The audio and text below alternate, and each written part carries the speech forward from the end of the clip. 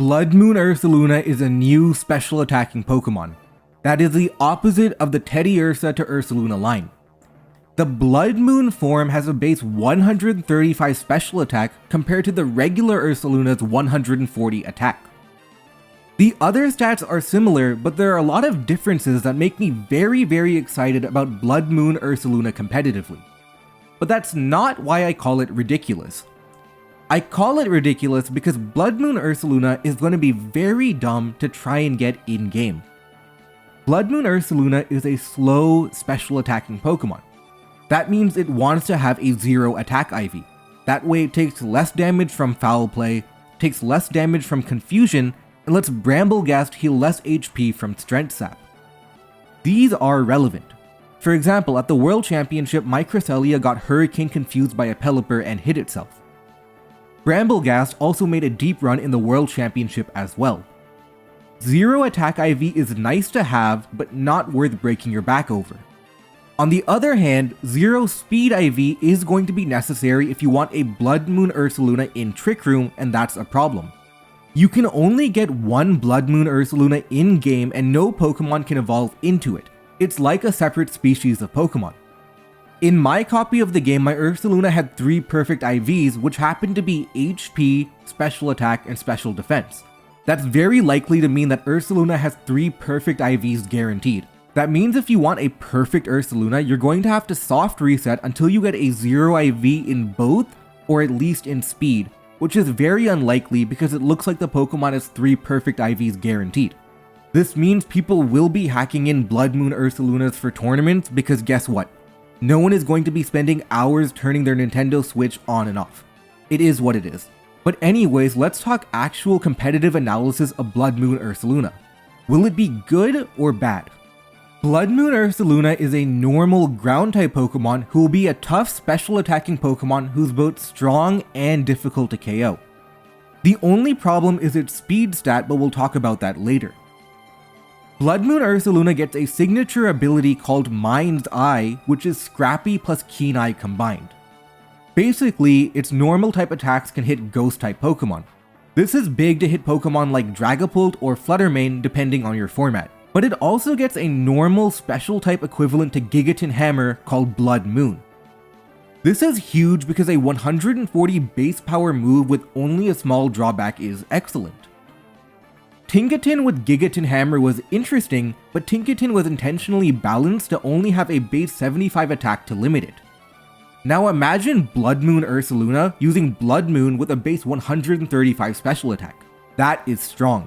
It is worth noting, however, that the Blood Moon form is not as immediately powerful as the regular Ursaluna form because the regular Ursaluna form has the Guts ability for an instant 1.5 times boost with Flame Orb.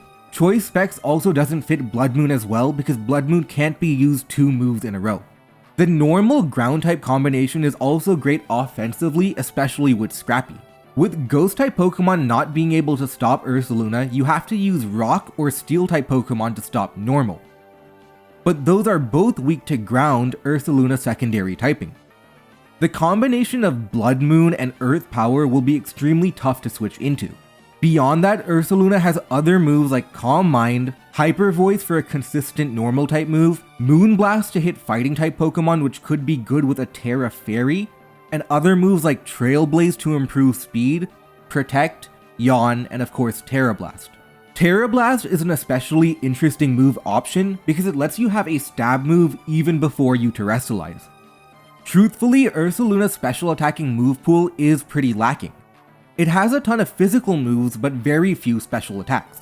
But that also doesn't matter too much because normal plus ground inherently hits most Pokemon anyway. Only specific Pokemon can take on that combo like Corviknight. Defensively, Ursaluna is weak to some of the common types like water and fighting, but it does have good defensive stats to make up for it. Its HP lets you take on a variety of attacks, and its defense is actually better than the regular Ursaluna. That, in particular, is going to be key versus Pokemon like Grassy Glide Rillaboom. Ursaluna is the definition of a slow and steady, powerful Pokemon. But of course, the elephant in the room is going to be that speed stat. Ursaluna's power doesn't matter if it gets hit by a close combat before it can even attack. In doubles, the solution is straightforward, use Trick Room. It's obviously very early, but this is a moveset I can envision being good. A Throat Spray variant with Hyper Voice. Scrappy Hyper Voice off 135 special attack is great because it's a spread move that can hit both Pokemon. This idea has been seen before, with it being a relatively common moveset on Hyper Voice Sylveon. If you want more immediate power, you can use an item like Silk Scarf or Life Orb. Being a special attacker gives the Blood Moon several advantages over physically attacking Ursaluna. One is that you can't be hedged by Intimidate. There's no special equivalent of Intimidate, and teams can't get away with spamming Landorus's Intimidate to slow you down. Two is that its spread move Hyper Voice doesn't get weakened by grassy terrain, unlike Ursaluna's Earthquake. Similarly, Earth Power doesn't get weakened by terrain, so Pokemon like Goldengo and Heatran have to be extremely careful, otherwise they're going to get one-hit KO'd. Unfortunately, that is immediately less powerful than physical Ursaluna, as we mentioned before. You would need to gain your power another way, like through Life Orb or through the Throat Spray activation. Also, while you don't get checked by Intimidate, you do have to worry about Assault Vest. But still, the advantages and disadvantages of being a special attacker is very clear, and that Blood Moon move can rip holes through a team. A lot of special attacking Pokemon get stack checked by Fluttermane, the top Pokemon in the format. What that means is that it's tough to use a special attacker when Fluttermane's high special attack, speed, and special defense all come together. That means Fluttermane outspeeds you, lives all of your attacks, and outdamages you too. The Fluttermane impact on special attacking Pokemon limits the number of viable special attackers. But the Blood Moon can break those shackles because it's a strong enough move to dent Fluttermane.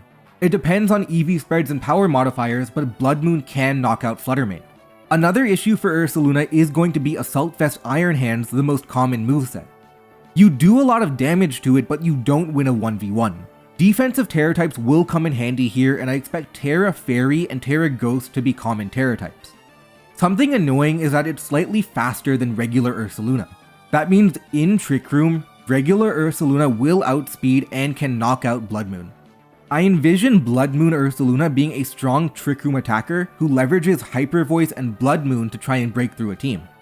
There are strengths, but there are also limitations. I'm cautiously optimistic about its viability.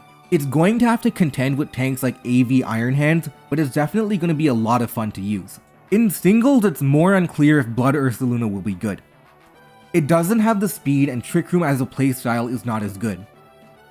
Interestingly, there was a period in time where regular Ursaluna made Trick Room worth using in singles, but after Magearna got banned, the playstyle lost a key component and the playstyle faded away. There could be ideas with Trailblaze to boost speed, but regular Ursaluna didn't see much success with that, so it's unclear if that'll work with the Blood Moon form. However, it does have Calm Mind and Moonlight. With boosting and recovery, it can potentially become a tanky sweeper Pokemon with leftovers. It's hard to tell just how good that'll be because slow offensive Pokemon are very rarely overpowered. It could be a top threat in the first tier, but it may even go down to the second tier, but there's no way it'll go further down than that. What do you think about the new Ursaluna form? Let me know down below.